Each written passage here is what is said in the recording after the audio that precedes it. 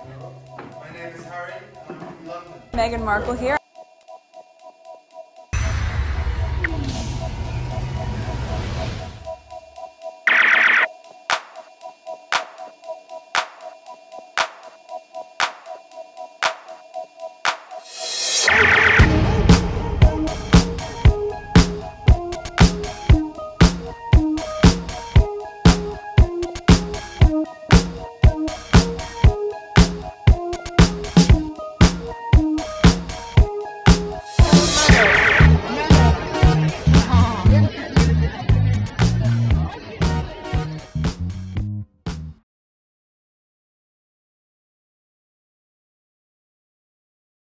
Today is September 14, 2024. It is, what time is it? 5:47 a.m. This is video number 2. Video number 1 was on Pt1. So I want to get some recording out of the way. If I have time today, I'll edit them. So I was trying to look for this tweet that I share on my community, but I cannot find it. I realized I didn't put this link here that they put here to put on my community board for you guys to read it. I was looking for it, I can't find it. And the first video that I have to share with you on the list is making reference to the, where is it? Is this one that making reference to Haiti. Okay, so I needed some backstory to share with you, but I can't find this tweet to put it on the list. This is what happened when you, the moment you see it, if you don't put it on the list, it will take you forever to find it. It's somewhere on the internet, but I cannot find it. I'm wasting so much time for it. So what this is about here, let's just get started, okay? And then at the end of the video, I'll go on my back end to show the numbers. So what happened here is, like, it seems like this person, a geese, was hit by a car. Let me see if I could read this. Let me go into it. Oh my god, if I had found the tweet, it would be much easier. I don't know, I cannot. This is what this is about. As previously reported, the incident didn't even occur in Springfield, Ohio. It took place in Columbus, and there's no evidence that the man is Haitian or an immigrant. There's this here also, no evidence of Haitian immigrant eating ducks, geese, or pets in Springfield, Ohio. Republican Vice President candidate J.D. Vance and constellation of right-wing influencers elevated a dubious claim. So what I've learned, this is why I wanted to look for the thing to share with you. Someone hit the geese. A car hit the geese and they're trying to remove it. And then the internet went full-blown crazy with the thing. All right, so that was going to be my first tweet for me to share with you. I can't find it.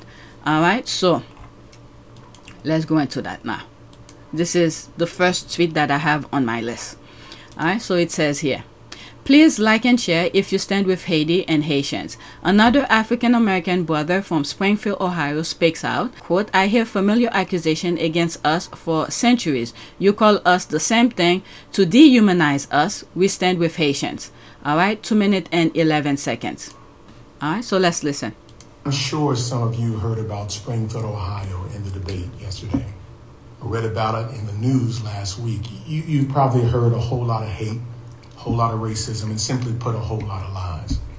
But that's not the Springfield, Ohio that I know. Springfield is my hometown.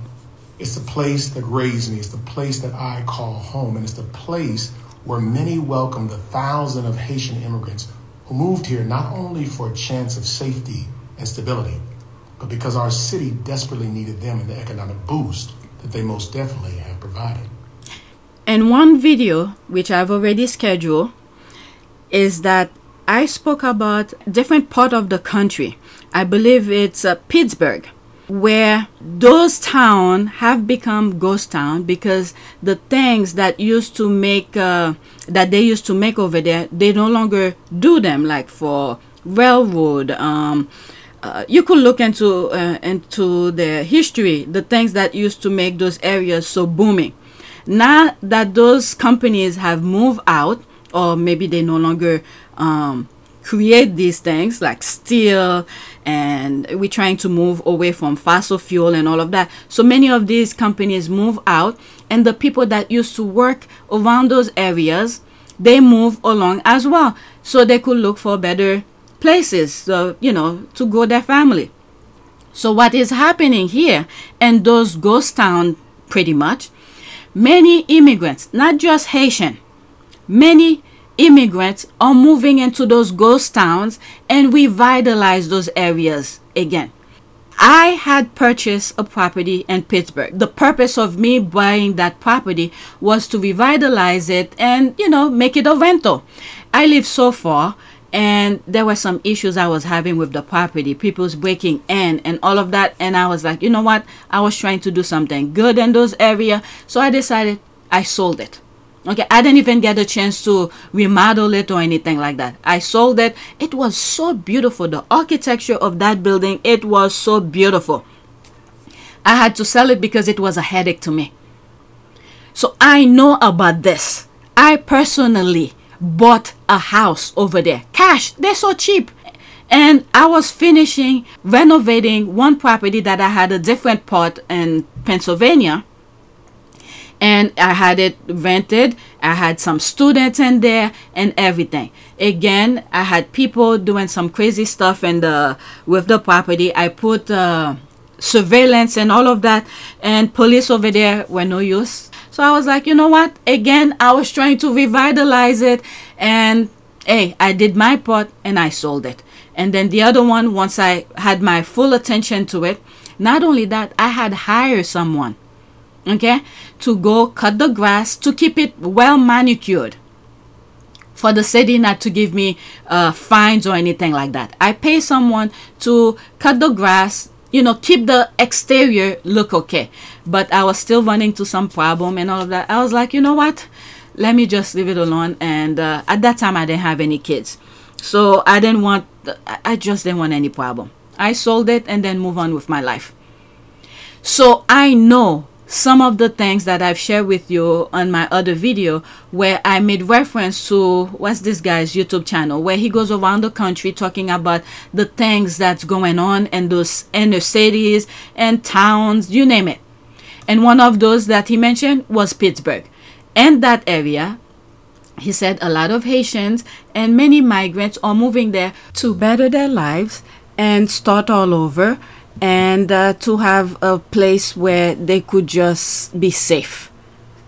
Okay, so while they're there, since everything around those areas are deteriorated, and they revitalizing the area, bringing not only their culture, they're creating some of them start businesses over there with small stores. There's people who's I mean, these probably, some of them are, you know, other Americans from different part of the country move also, you know, creating things for kids to start keeping them busy off the street and things like that. And those small little actions from different people who pretty much, they don't have much themselves, but they creating a new community, and with whatever little experiences, little money that they have to start new and create little stores with their country's product and things like that. So those areas are starting to change. Instead of being empty like a ghost town, they are revitalizing it with their own small little things that they have. There are some Americans as well who come from different part of the country who somehow stumble in those areas and they feel like they could contribute as well. They're creating after school things for the kids, boxing and things like that. Actually, this is one of those channels I really suggest to watch. No matter what part of the world you are, especially if you live in the US, watch his channel. He goes really deep into those neighborhoods to talk to the people on the ground to see how those neighborhoods are doing. You know, majority of white people, when they go to area, you know, they're just there for the money and everything like that. And once there's no money to be made, they just leave. Okay, and this is where those immigrants, the poor, those who still have their head on their shoulders, they want to create and help rebuild. They go back in there to do these things in those ghost towns. Better, pretty much safety. It's just safety. People want safety. So they move to those ghost towns to revitalize it. And it seems like that's what's happening with Ohio as well. Okay, so let's listen to him. Okay, you know what? He was pretty much giving his background. I was going to start it all over, but let's continue. Moved here not only for a chance of safety and stability, but because our city desperately needed them in the economic boost that they most definitely had provided. Now, James David Vance and Donald Trump and others have been the loudest voices spreading lies about violence and eating pets and rising crime. But I say, not for long. I, too, am now raising my voice to speak up loudly for our Haitian family, and I know you will, too. It's not lost on me, family, that Vance and Trump are drawing on age-old stereotypes that paint non-white immigrants as disgusting, dependent, and dangerous. And as a black man, I can't help but hear and detest the familiar accusations against us for centuries that we as black folks were beast animals, that we were threats to people and society.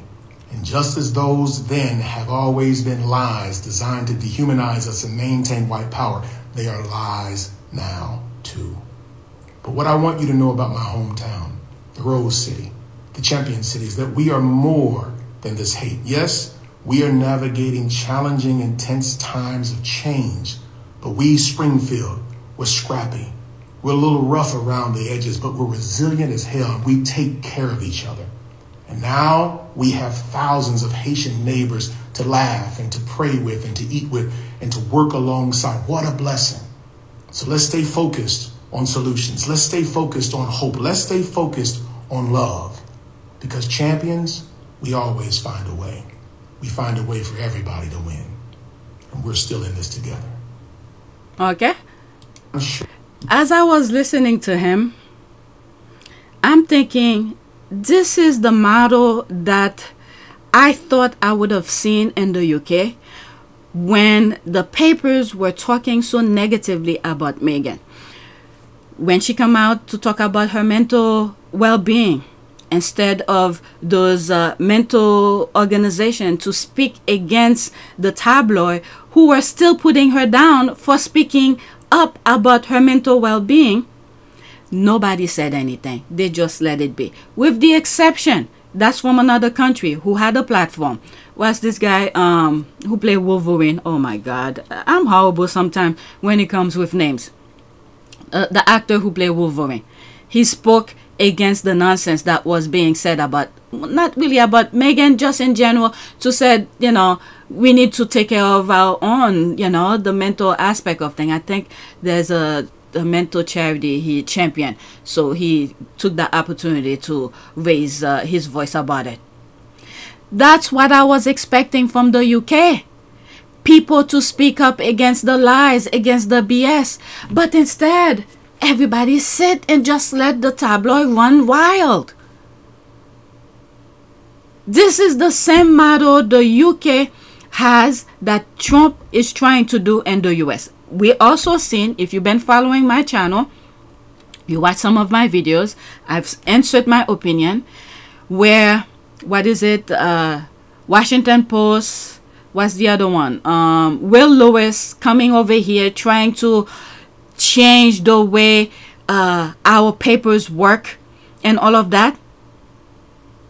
And you have some resistance within, despite everybody need money. Many of the journalists said, no, I'm not gonna go in that same route that you want to change the paper that had no problem from the way it was. But the UK decided, Will Lewis decided to come in and change it, and you could see how mainstream media in the US have changed. And this is why Vice President Harris don't really speak with the media, because the media out of nowhere decided to follow a stupid blueprint from the UK and bring it in here. So when people see that, they say, no, we're not about that. You see so many YouTube channels. Mine, for example, I don't go too deep on every issues, but I think I raise awareness of different topics. But mostly Harry and Meghan, when I see something and it's worth sharing to, and I share it and I tell you what I feel and think about it. Alright, and you see other channels, Midas Touch, who said mainstream media is not telling you the truth. This is the truth.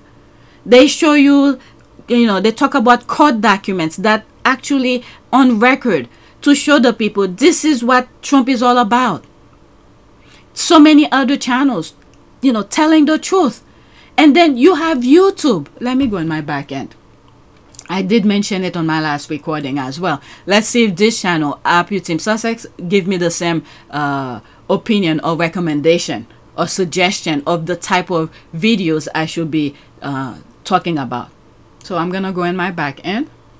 So when I come here on the analytics, and they have 2, 4, 5 tabs. Okay, my revenue and inspiration. Inspiration, pretty much what inspire you, what you should talk about, what sort of videos, content I should create. This is what they gave me. I'm gonna blur it a little bit so I don't, promote them.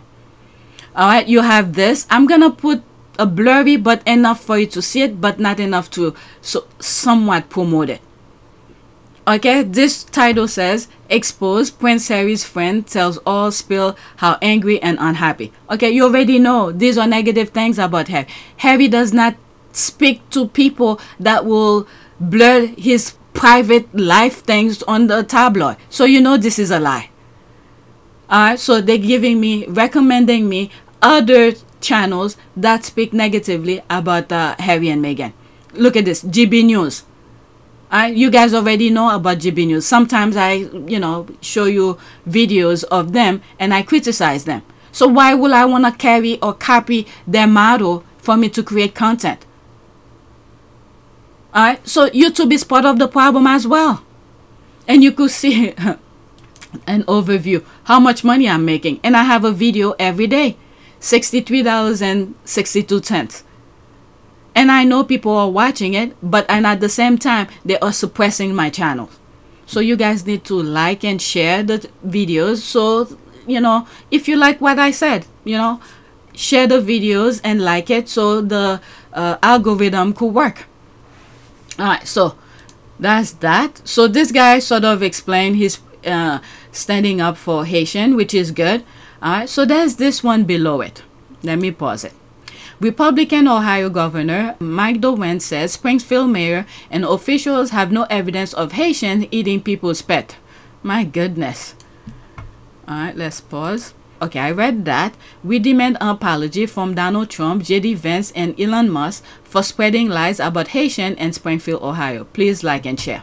Alright, so let's listen to him. 32 seconds, screenshots, okay? I never thought I would ask you a question like this. Is anyone with undocumented status in Ohio, is any legal citizen resident of Ohio eating dogs or cats illegally? Well, Major, this is something that came up on the internet, and the internet can be quite crazy sometimes. And look, the mayor, Mayor Rue of Springfield says, no, there's no truth in that. They have no evidence of that at all. So I think we go with what the mayor says. He knows his city. I never thought I would ask you a question. So that's that.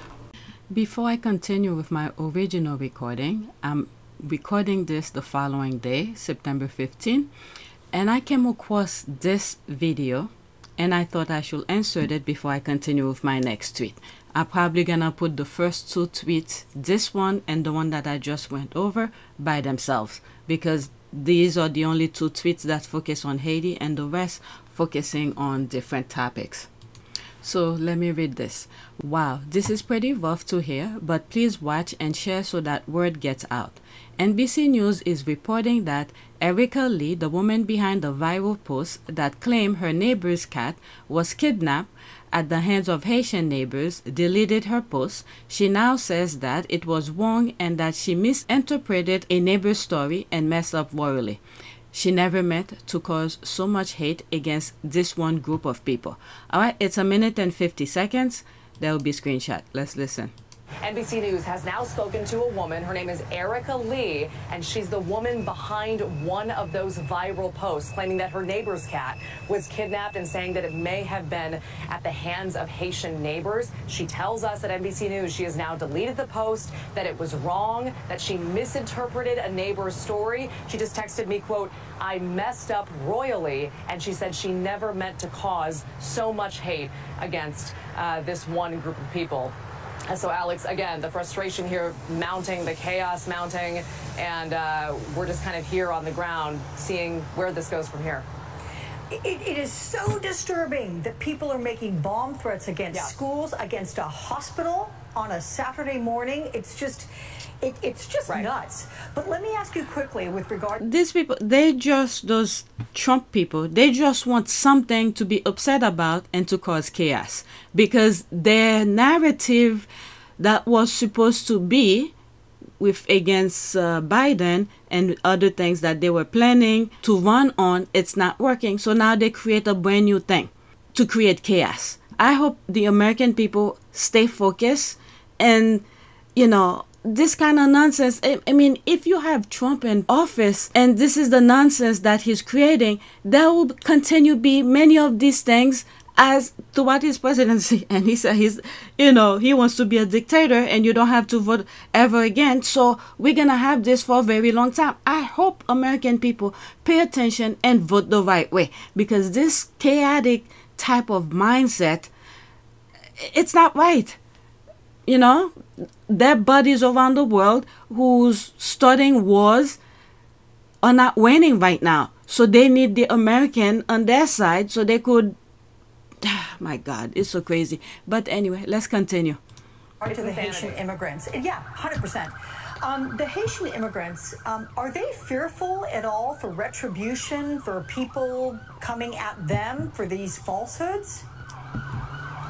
Oh, of course they are. Of course they are. But the thing is that it's not just Haitian, because Haitians have dark skin. How do you, well, until you start speaking with them, then you will hear their accent probably. But majority, you will say, black people are pretty much being terrorized until they hear their voice. I don't know. These people, they don't care. You know, as long as you have black skin. But how will they differentiate a black person from being Haitian, or let's say, I don't want to name other groups into this craziness to not create other things. But there are different groups, different people from different countries who are dark skinned. How will they know, you know, just by looking at somebody, this is Haitian, this is that, this is this? It's full-blown crazy. Had our team here earlier this week, and they told us point blank they fear for their lives. And we should note, a lot of them don't want to go on camera. We've had really one kind of representative of the community speak to us about that point. That's why you haven't seen a lot of people speaking out, because they are fearful. One family telling a local paper that they woke up one morning to a window broken and acid thrown on their car. So make no mistake about it, they are fearful. They say the violence is real, and a lot of them are afraid to speak out. So we're hearing those stories as best we can as this all plays out. This is crazy. And again, a lot of these Haitian immigrants have come and they're doing factory working jobs that weren't able to be filled. They did not have the labor pool to draw to fill those jobs. So that's what they're doing there, folks. Wow. This is crazy. Okay, good. Let's see J.D. Vance apologize for pushing the lie, hurting his own state and communities. He won't. Vance knows it was a lie. What the hell? Please. Okay. Oh my God. Misspelled, right? Okay, I'm skipping some because there's just stupidity trying to stir the pot. She knew full well what she was doing from the very start, acting with complete awareness of the consequences. Now that things are unraveling, she's trying to backtrack and find a way out. Likely because she's afraid of facing retaliation. It's clear that she's scrambling to what? scrambling to avoid accountability. Honestly, I hope charges are pressed against her because her actions have caused real harm. As a result, the entire Haitian community is now on edge, feeling the ripple effect of her behavior. The tension and fear she has stirred up can just be ignored. There must be consequences for such a reckless act. Alright, so there's much more. I don't want to go too much into it. I just wanted to share this video with you guys because these people, all they want to do is stir problem. It's almost like what happened in what is it, Virginia, the tiki thing. They just want to start problem. What the hell is that? Well, I don't want to go further than that. Let's leave it as that. Okay, so let's get back to the original recording. So let's go to the next tweet. Alright, so now we are into the UK. I think I spent too much time on that. 17 minutes. Oh my god.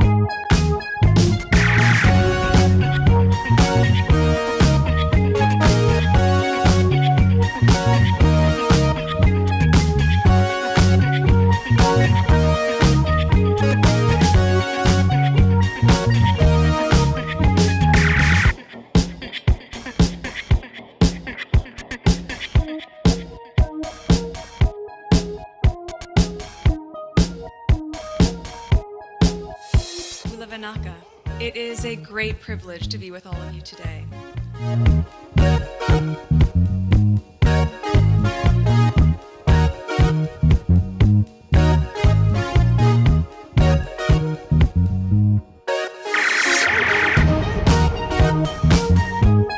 You know, we ask for forgiveness and please come back.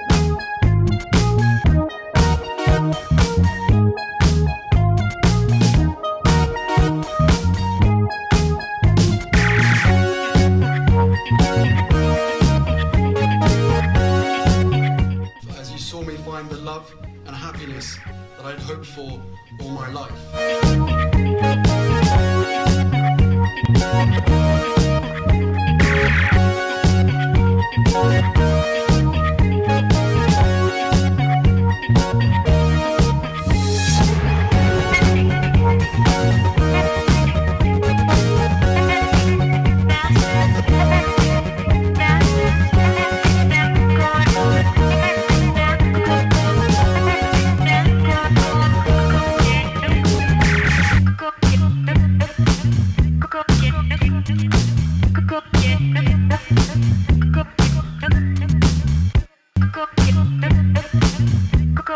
You are all in this together, and if I may speak personally, we are all in this together, because asking for help was one of the best decisions that I ever made.